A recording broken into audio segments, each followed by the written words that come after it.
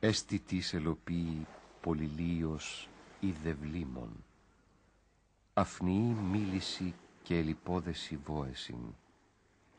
Ενδάντρες νέουσι πολύρινες, πολυβούτε, πολλοί απειρέσει φιλαθνητών ανθρώπων.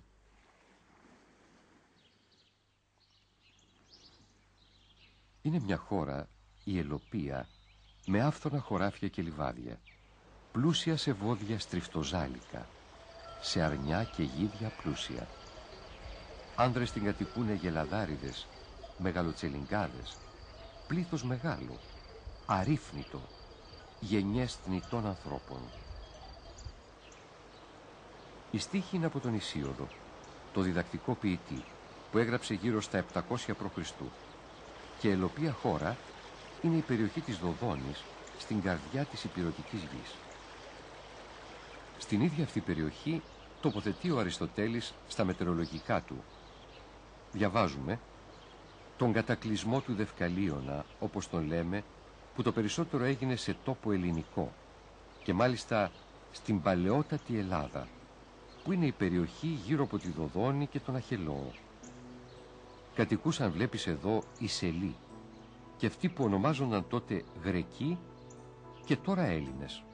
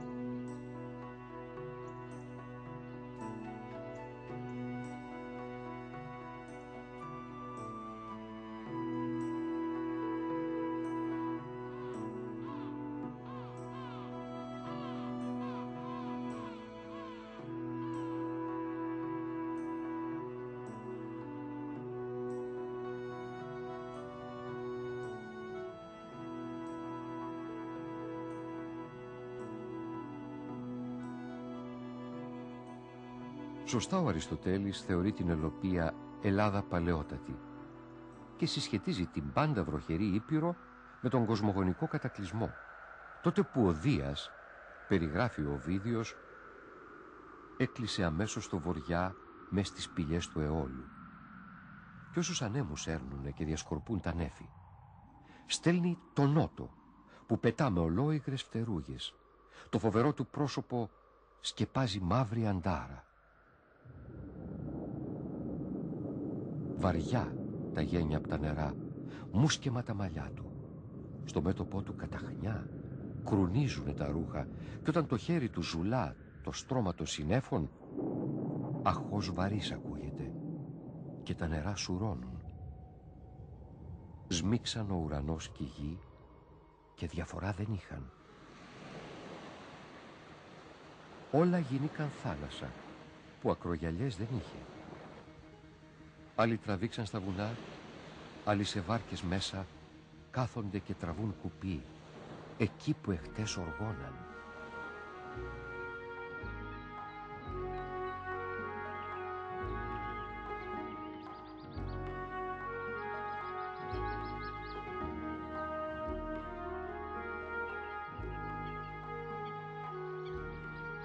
Η Ήπειρος ξέρουμε να κατοικήθηκε κιόλας από τη μέση παλαιολιθική εποχή, 40 και παραπάνω χιλιάδες χρόνια πριν από τον Χριστό, και έχουμε λαμπρά ευρήματα.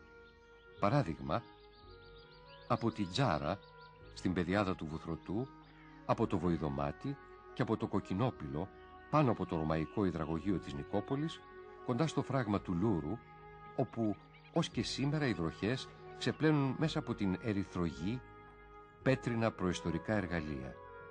Ξέστρα, αιχμές, λεπίδες.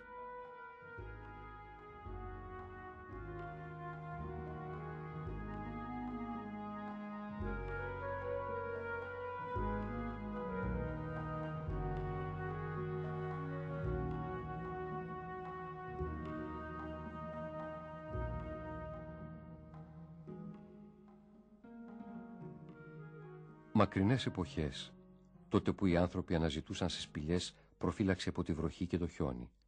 Τότε που ακολουθούσαν τα ζώα στις μετακινήσεις τους και είχαν, όπως τα ζώα και αυτοί, κυριότερο πόρο ζωής στο κυνήγι. Βρίσκουμε εδώ και εκεί τα ίχνη τους σε τόπους σημαδιακούς, σαν τη χαράδρα του Βίκου ή σαν την κλεισούρα του Αϊγιώργη στο Λούρο, όπου κατέβαιναν τα ζώα κοπαδιαστά και οι προϊστορικοί κυνηγοί στην Αγχωσιά να τα σκοτώσουν. Ελάφια και ζαρκάδια, αρκούδες, λύκους, ακόμα και ρινόκερους.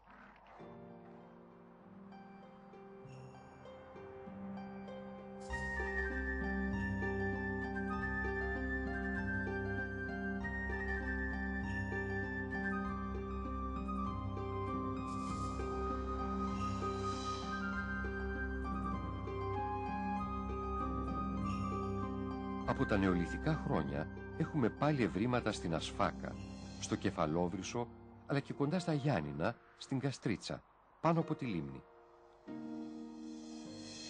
Ακολουθούν την τρίτη και τη δεύτερη πριν από το Χριστό χιλιετία οι εποχές της πρώιμης και της μέσης χαλκοκρατίας, όταν στην Ήπειρο, όπως και στα περισσότερα μέρη της Ελλάδας, κατοικούσαν οι πελασγοί, όπου η ανάμνησή τους έζησε ως αργά μέσα στα ιστορικά χρόνια.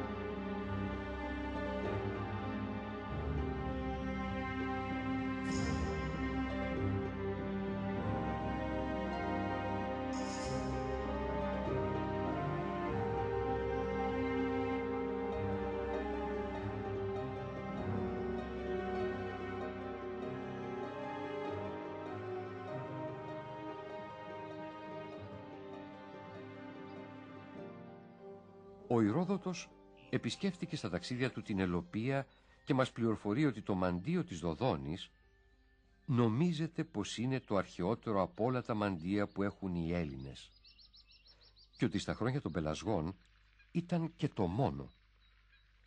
Ο ίδιος καταγράφει και την ιστορία της ίδρυσής του. Έτσι μιλούν οι μάντισες της Δοδόνης. Πέταξαν, λένε, 2 μαύρες περιστέρες από τη Θήβα, πόλη της Αιγύπτου, και πήγαν οι πρώτοι στη Λιβύη και οι άλλοι στα μέρη τους. Κάθισε το πουλί σε μια βαλανιδιά και μίλησε με ανθρώπινη φωνή, λέγοντας πως ο τόπος εκεί έπρεπε να γίνει μαντίο του Δία. Οι Δοδοναίοι πίστεψαν πως είναι από Θεού το μήνυμα και ίδρυσαν το μαντίο. Αυτά λέγανε οι ιέρειες των Δοδοναίων, που το όνομά τους ήταν Προμένια η μεγαλύτερη, Τιμαρέτη η δεύτερη και η πιο μικρή Νικάνδρη, και συμφωνούσαν μαζί τους οι άλλοι Δοδοναίοι γύρω από το ιερό.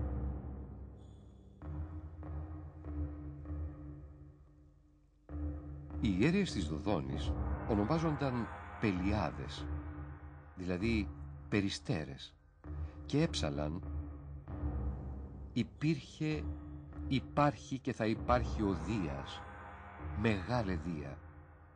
Καρπούς χαρίζει η μάνα γη, τη μάνα γη δοξάστε».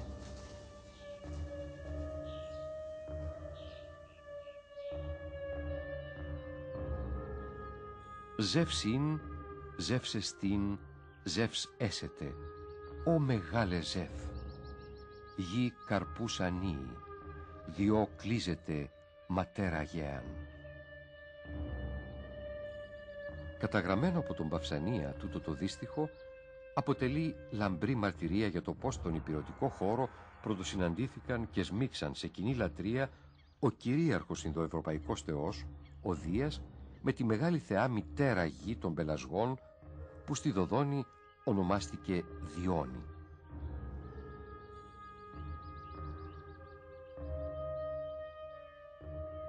Και τα θρησκεολογικά στοιχεία συμπληρώνονται από τον Ησίοδο, όταν, μιλώντας κι αυτός για τη Δοδόνη που ο Δίας την αγάπησε Και για τους Ελούς γράφει πως μες της βελανιδιάς τη ρίζα εκατοικούσαν, από όπου όσοι τη γη πατούν, αν τύχει και περάσουν με καλοσημαδιά και δώρα φέρνοντας, για να ρωτήσουν τον αθάνατο Θεό, κάθε λογής μαντέματα τους δίνει.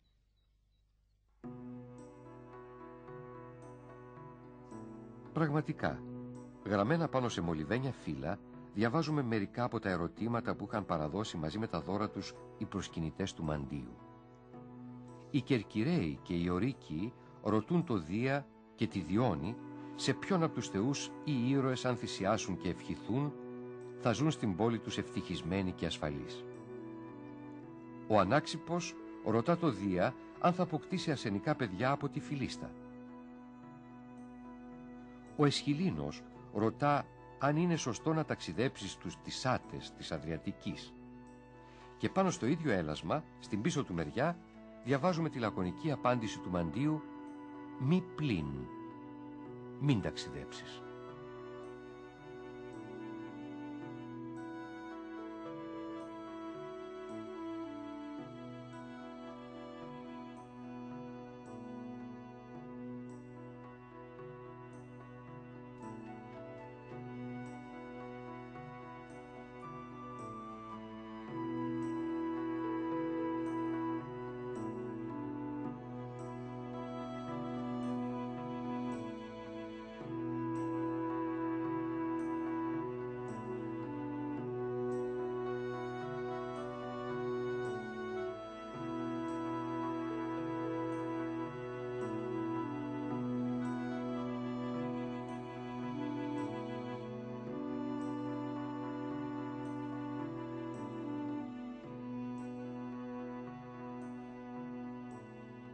Τους χρησμούς τους διατυπώναν οι ιερείς, αφού πρώτα αφουγκράζονταν το θρώισμα από τις ιερές βαλανιδιές για να φωτιστούν.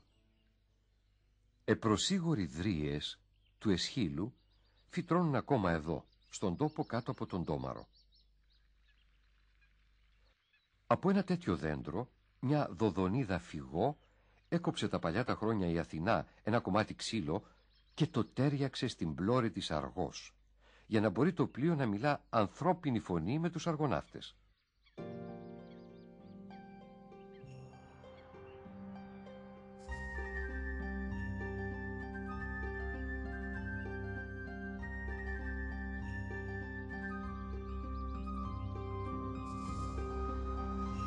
Στο Δία απευθύνεται και η γνωστή προσευχή του Αχιλλέα από την Ηλιάδα, όταν υψώνει το βλέμμα του στον ουρανό και λέει «Ζεφ Άννα, Δοδονέε, πελασγικέ».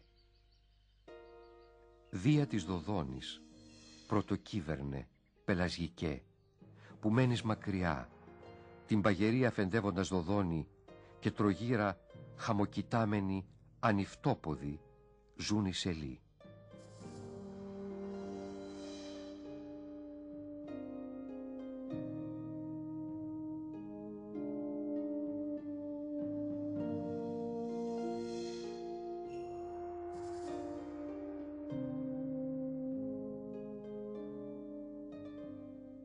Ο ηπειρωτικός χώρος, όχι μόνο η Δοδόνη, είναι και γενικότερα δεμένος με τις ρίζες της ελληνικής μυθολογίας. Εδώ, στα ακροκεράβνια της Χαονίας, που ανήκει σήμερα στην Αλβανία, έστεκε ο τύμβος του αδερφού της Ευρώπης, του Κάδμου, και της γυναίκας του Αρμονίας.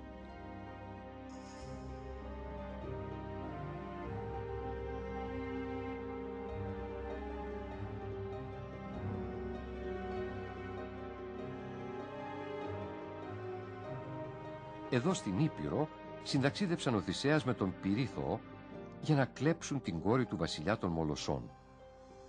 Στην Ήπειρο φέρνει ο μύθος και το θάνατο της Μύδιας. Εδώ στην Δριοπίδα γη μυθολογούν πως ο Ηρακλής χτύπησε με το ρόπαλο τις πλάκες του βουνού και ανάβρισαν νερά που τα ονομάζουν λουτρά του Ηρακλή.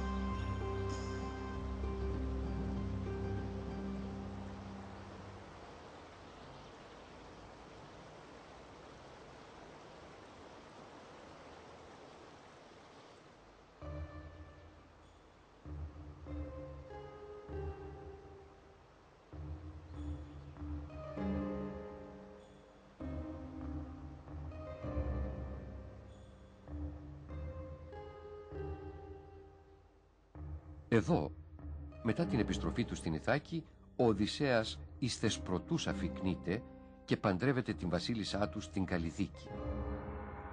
Αργότερα θυμάται τα λόγια του Τηρεσία που του είχε πει: «Το δρόμο πάρε, καλάρμοστο κουπί στο χέρι σου κρατώντας, σε ανθρώπους ως να φτάσεις, θάλασσα που δεν κατέχουν τι είναι. Κι ουδέ ποτέ με αλάτι αρτίζουνε τα φαγητά που τρώνε. Σου λέω και το σημάδι ξάστερα και θα το δεις κι ατό σου.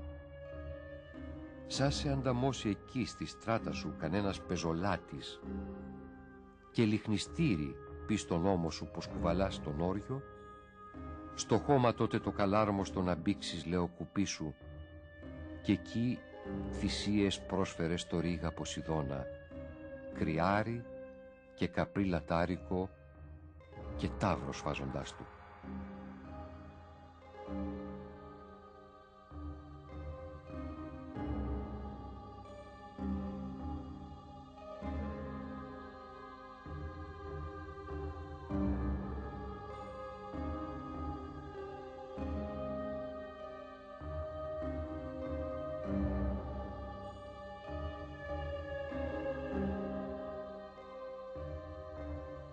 Πήρε ο Οδυσσέας σαν τον προφήτη Ηλία τον δρόμο των βουνών και κάπου εκεί ψηλά, κοντά στο Μέτσοβο, σε έναν τόπο που τον ελέγαν Τράμπια, βρήκε ανθρώπους που δεν γνώριζαν θάλασσα και ξεπλήρωσε το τάμα. Και οι σχολιαστές σημειώνουν πως «ετοιμάτο εν τραμπίη Οδυσσεύς».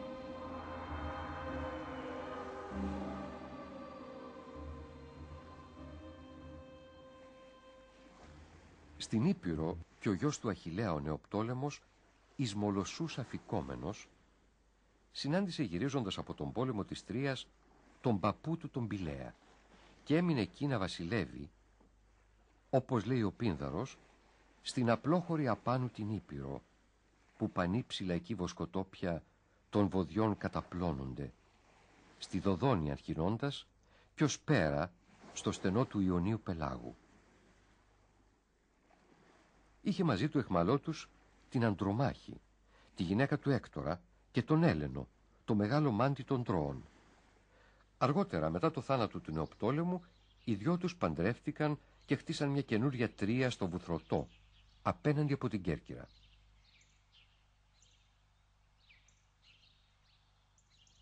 Εκεί του συνάντησε ο Ενίας στο δρόμο του για την Ιταλία και το Λάτιο και το διηγείται στη Διδό. Διαβάζουμε από την Ενιάδα. Χανόνταν πίσω μας τα κάστρα των Φεάκων τα ψηλά και πια αρμενίζαμε στην Ήπειρο ανοιχτά και στο λιμάνι της Χαονίας, σαν ποδήσαμε, στην πόλη την απόγκρεμη του Βουθρωτού από κάτω, απίστευτη μια φήμη που ακουγόταν. Πως τάχα ο Πριαμίδης Έλενος διαφέντευε της πόλης των Ελλήνων το σκύπτρο αυτός τώρα κατέχοντας και τη γυναίκα αυτός του Αακίδη Πύρου.